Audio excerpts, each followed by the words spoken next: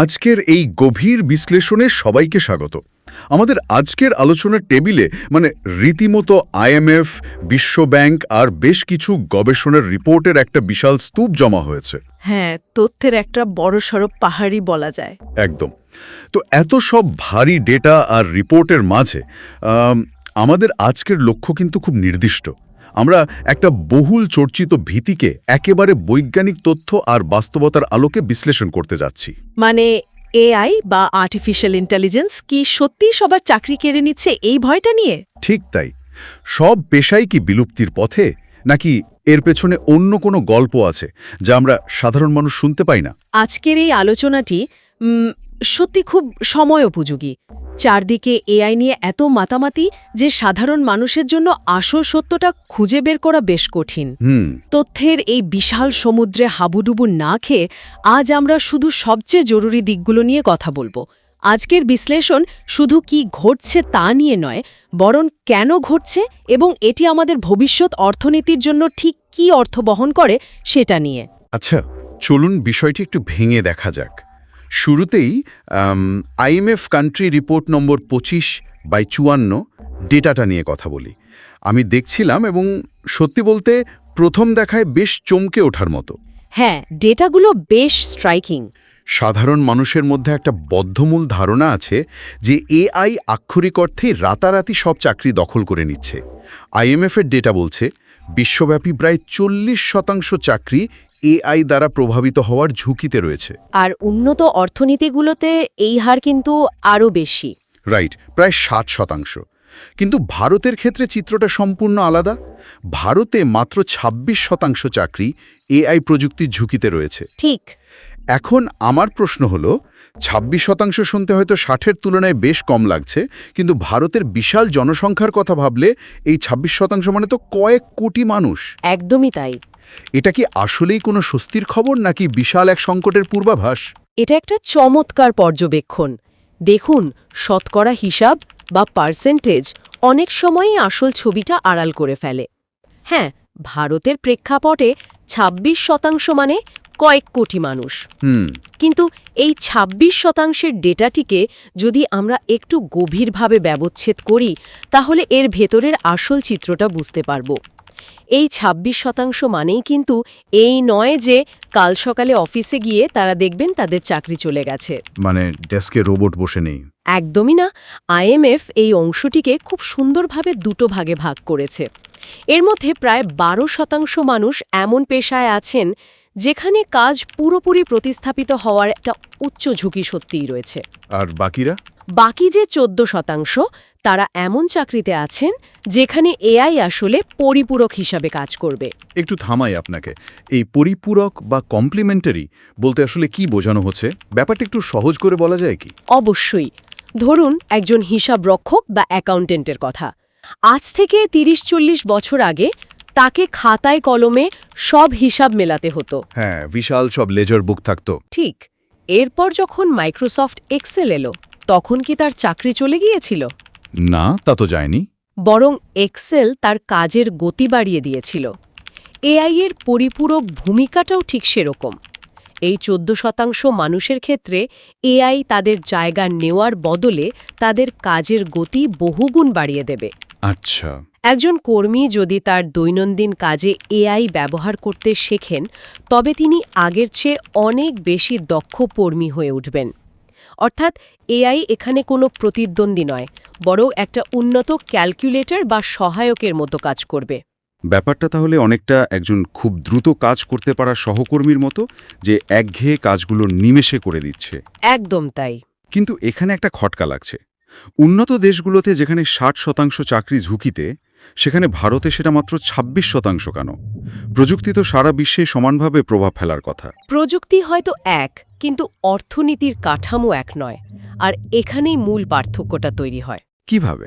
উন্নত দেশগুলোর বেশিরভাগ মানুষ সার্ভিস সেক্টর বা অফিসে বসে কাজ করেন, কিন্তু ভারতের বিশাল কৃষিখাত এবং অনানুষ্ঠানিক শ্রমবাজার বা ইনফর্মাল সেক্টর একটা বড় ঢাল হিসেবে কাজ করছে। মানে কায়িক শ্রমের ব্যাপারটা। ঠিক। দেশের কর্মী বাহিনীর একটা বিশাল অংশ সরাসরি কায়িক শ্রমের সাথে যুক্ত, যেমন কৃষিকাজ, নির্মাণ কাজ বা প্লাম্বিং। বুঝতে পারছি। বর্তমান এআই মূলত বুদ্ধিবৃত্তিক বা ডেস্কে বসে করা কাজের ওপর প্রভাব ফেলে। একটা এআই মডেল সেকেন্ডের মধ্যে 1000 লাইনের কোড লিখতে পারে ঠিকই, কিন্তু এআই তো আর মাথায় হেলমেট পরে কনস্ট্রাকশন সাইটে এসে ইটের গাঁথুনি দিতে পারবে না। একদম, বা মাঠে গিয়ে ফসল কাটতে পারবে না। কায়িক শ্রমের এই বিশাল আধিপত্যের কারণেই আপাতত ভারতের একটা বড় অংশের ওপর এআই এর সরাসরি প্রভাব পড়ার সম্ভাবনা বেশ কম। এটা দারুণ ইন্টারেস্টিং। তার মানে এআই আসলে কায়িক শ্রমকে নয়, বরং হোয়াইট কলার বা অফিসে বসে করা কাজগুলোকেই বেশি টার্গেট করছে। ঠিক তাই। সোর্সগুলো ঘাঁটলে দেখা যায় এআই মূলত সেই কাজগুলোতেই সবচেয়ে বড় থাবা বসাচ্ছে যেগুলো নিয়মিত, অনুমানযোগ্য এবং নিয়মভিত্তিক। রুটিন কাজগুলো আর কি। হ্যাঁ, কিন্তু ঠিক কোন পেশাগুলো আজ সবচেয়ে বেশি বিপন্ন? আইএমএফ এবং ওয়ার্ল্ড ব্যাংকের রিপোর্টগুলো এই বিষয়ে খুব স্পষ্ট ধারণা দিচ্ছে। সবচেয়ে বেশি বিপন্ন সেক্টরগুলোর দিকে তাকালে আমরা মূলত 3টে বড় ভাগ দেখতে পাই। প্রথমটা কি? প্রথমত, এন্ট্রি লেভেল এবং রুটিন ভূমিকা, যেমন basic IT support, data entry, সাধারণ কাস্টমার সার্ভিস বা হেল্প ডেস্কের কাজ। আর দ্বিতীয়টা? দ্বিতীয়ত, সার্ভিস এবং ব্যাক অফিস ভূমিকা, কল সেন্টার, প্রশাসনিক সহায়তা, সাধারণ কেরানির কাজ। এআই চ্যাটবটরা এখন এতই উন্নত যে তারা একেবারে মানুষের মতোই গ্রাহকদের সাথে কথা বলতে পারে। ফলে রুটিন কাজগুলো তারা খুব সহজেই রিপ্লেস করে দিচ্ছে। একদম। আমরা সাধারণত ভাবি আইটি বা তথ্য প্রযুক্তি খাতে কাজ করা মানে ক্যারিয়ার একদম সুরক্ষিত, কিন্তু রিপোর্ট বলছে বিশাল আইটি এবং বিপিও সেক্টরও নাকি মারাত্মক ঝুঁকিতে আছে। হ্যাঁ, বিপিও মানে যারা অন্য বড় কোম্পানিগুলোর হয়ে কাস্টমার সার্ভিস বা ব্যাক অফিসের কাজগুলো করে দেয়। তো এই আইটি সেক্টরেও নাকি এখন চাকরির নিশ্চয়তা কমে যাচ্ছে, বিশেষ করে যারা নতুন কোডিং শিখছেন বা সফটওয়্যার টেস্টিংয়ের কাজ করেন। ঠিক। আর এখানেই একটা অত্যন্ত গুরুত্বপূর্ণ প্রশ্ন উঠে আসে, কেন 21 থেকে 25 বছর বয়সী তরুণরাই এই অটোমেশনের ফলে সবচেয়ে বেশি ঝুঁকিতে পড়ছেন? কেন? ওয়ার্ল্ড ব্যাংকের রিপোর্ট অনুযায়ী এই বয়সীরাই সাধারণত এন্ট্রি লেভেলের কাজগুলো দিয়ে নিজেদের ক্যারিয়ার শুরু করেন। একটি কোম্পানিতে সিনিয়র লেভেলের কর্মকে ক্লায়েন্টের সাথে নেগোশিয়েট করতে হয়, কৌশল নির্ধারণ করতে হয়, যেগুলো এআই এখনো পারে না। রাইট। কিন্তু একজন জুনিয়র কর্মীর কাজ হলো কোডের ভুল খুঁজে বের করা, যা এআই কয়েক সেকেন্ডে নিখুঁতভাবে করে ফেলে। তার মানে ক্যারিয়ারের সিঁড়ির একেবারে নিচের ধাপগুলোই এআই ভেঙে দিচ্ছে। একদম ঠিক বলেছেন।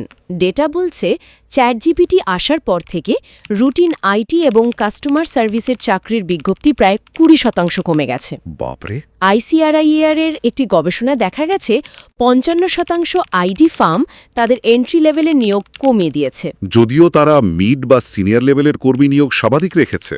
হ্যাঁ, বেঙ্গালুরুর মতো শহরে একজন সদ্য স্নাতক তরুণের জন্য এটা কতটা ভয়ঙ্কর পরিস্থিতি তা একবার ভেবে দেখুন। যে কাজটা করে তারা কর্পোরেট জীবনে প্রবেশ করত, সেই প্রবেশদ্বারটাই এখন শুরু হয়ে যাচ্ছে। সত্যি এটা ভাবার মতো বিষয়। তবে এই বড় বড় কর্পোরেট আর ইকোনমিক ডেটার বাইরে একটা অন্য জগৎ আছে, যেখানে সাধারণ মানুষ একেবারে অন্যভাবে এআই এর সাথে যুক্ত হচ্ছে। একটা বাস্তব উদাহরণ দিলে ভালো হয়। হ্যাঁ, আমাদের সোর্সের মধ্যে ইন্ডিয়ান কারেন্সের একটি প্রতিবেদন থেকে কেরালার কোচিতে বসবাসকারী অনিতার গল্পটা শেয়ার করতে চাই। অনিতার গল্পটা খুবই প্রাসঙ্গিক এখানে।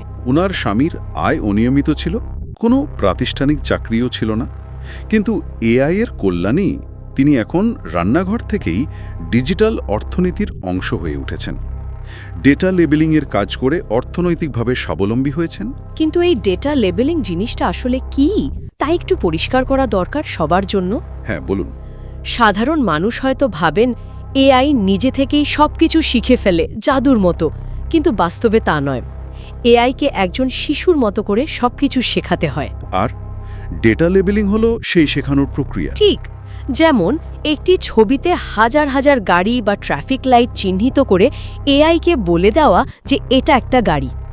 এই কাজটা লাখ লাখ বার করতে হয়।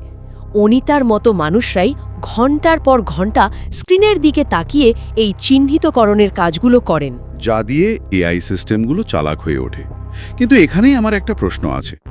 এই যে বলা হচ্ছে এআই প্রান্তিক মানুষদের উপার্জনের সুযোগ দিয়ে ক্ষমতায়ন করছে, ব্যাপারটা কি আসলেই এত চমৎকার? আপনি ঠিক জায়গাতেই আঘাত করেছেন। অনিতার গল্পের ভেতরে একটা গভীর বৈপরীত্য লুকিয়ে আছে। সেটা কেমন? একদিকে তাকে ঘরে বসে উপার্জনের সুযোগ দেওয়া হচ্ছে ঠিকই, কিন্তু অন্যদিকে তাকে অদৃশ্য অ্যালগোরিদম দিয়ে কঠোরভাবে নিয়ন্ত্রণও করা হচ্ছে। এই ব্যবস্থাকে বলা হয় অ্যালগোরিদমিক ম্যানেজমেন্ট। অ্যালগরিদমিক ম্যানেজমেন্ট, এটা আবার কি? কল্পনা করুন, অফিসে আপনার কোনো রক্তমাংসের বস নেই। আপনার বস হলো একটা মোবাইল অ্যাপ বা সফটওয়্যার। আচ্ছা। এই অ্যাপ আপনার স্ক্রিন ট্র্যাক করছে। আপনি কত সেকেন্ড কাজ করছেন, কতক্ষণ স্ক্রিনের বাইরে তাকিয়ে আছেন, এমনকি এক গ্লাস জল খাওয়ার জন্য উঠলেও অ্যাপটি সেটা হিসাব করে আপনার বেতন কেটে নিচ্ছে। এটা তো রীতিমতো ভয়ঙ্কর। এখানে কাজের কোনো নিরাপত্তা নেই, ন্যায্য মজুরির নিশ্চয়তা নেই, কোনো এইচআর নেই যেখানে গিয়ে আপনি অভিযোগ করবেন। মানে প্ল্যাটফর্মগুলো যখন খুশি রেটিং কমিয়ে দিতে পারে বা কাজ দেওয়া বন্ধ করে দিতে পারে। ঠিক তাই। শুধু তাই নয়, এর একটা মনস্তাত্ত্বিক দিকও আছে। এআই সিস্টেমগুলো যেন ক্ষতিকর উত্তর না দেয় সেটা নিশ্চিত করার জন্য এই ডেটা লেবেলারদের দিনের পর দিন ভয়ঙ্কর সব সহিংস বা অস্বস্তিকর ছবি ফিল্টার করতে হয়। এটা তো মারাত্মক মানসিক চাপ। হ্যাঁ, এবং এর জন্য কোনো মনস্তাত্ত্বিক সহায়তা তারা পান না।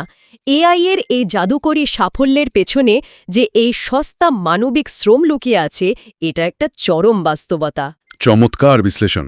এআই কেবল কর্পোরেট বোর্ডরুমের বিষয় নয়, এটি সাধারণ মানুষের রান্নাঘর পর্যন্ত পৌঁছে গেছে এবং সুযোগ ও শোষণের এক অদ্ভুত মিশ্রণ তৈরি করেছে। একদম। তবে চলুন এবার মুদ্রার উল্টো পিঠ নিয়ে একটু কথা বলি। সবকিছুই তো আর অন্ধকার নয়। এআই কি অর্থনীতিতে বড় কোনো ইতিবাচক পরিবর্তন আনতে পারে না? অবশ্যই পারে। এআই সম্পূর্ণ নেতিবাচক নয়, এটি বিশাল একটা অর্থনৈতিক সুযোগও। সোর্সগুলো কি বলছে? রিপোর্ট বলছে এআই এর সঠিক ব্যবহারে ভারতের জিডিপি বার্ষিক 0.7 থেকে 0.8% পর্যন্ত বৃদ্ধি পেতে পারে। একটি বিশ্বের সামগ্রিক অর্থনীতির আকারের কথা চিন্তা করলে এই 0.8% মানে তো বিলিয়ন বিলিয়ন ডলারের নতুন সম্পদ তৈরি হওয়া।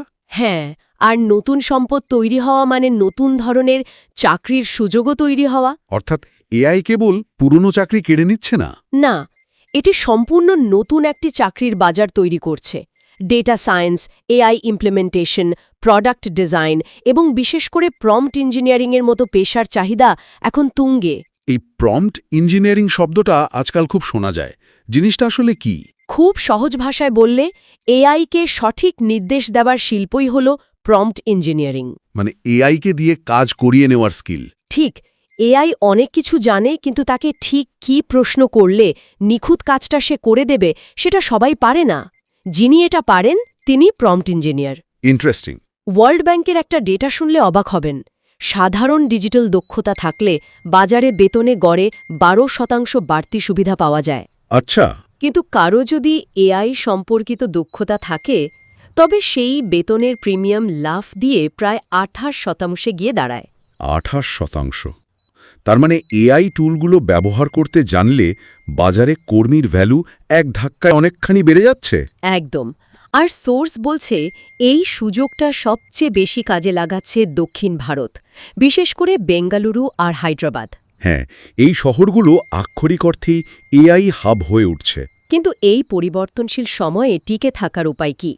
যাদের চাকরি হারানোর ঝুঁকি আছে তাদের জন্য সমাধানের রূপরেখাটা কি? সমাধানটা মূলত কয়েকটি স্তরে বিভক্ত। প্রথমত, সরকার ও শিল্পের ভূমিকা। ভারত সরকার ইতিমধ্যেই ইন্ডিয়া এআই মিশন নামে একটা বড় উদ্যোগ নিয়েছে। আচ্ছা। সরকার এখানে বিশাল অঙ্কের ফান্ডিং করছে যাতে দেশে এআই কম্পিউটিং ক্যাপাসিটি তৈরি হয়। পাশাপাশি ফিউচার স্কিলস প্রাইমের মতো উদ্যোগের মাধ্যমে কর্মীদের স্কিলিংয়ের আওতায় আনার চেষ্টা চলছে।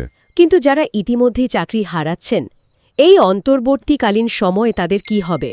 তাদের জন্য কি কোনো সেফটি নেট আছে? কর্মীদের জন্য বেকারত্ব সহায়তা বা ইউনিভার্সাল বেসিক ইনকামের মতো ধারণার পাইলট প্রোগ্রাম শুরু করার কথা বলা হচ্ছে।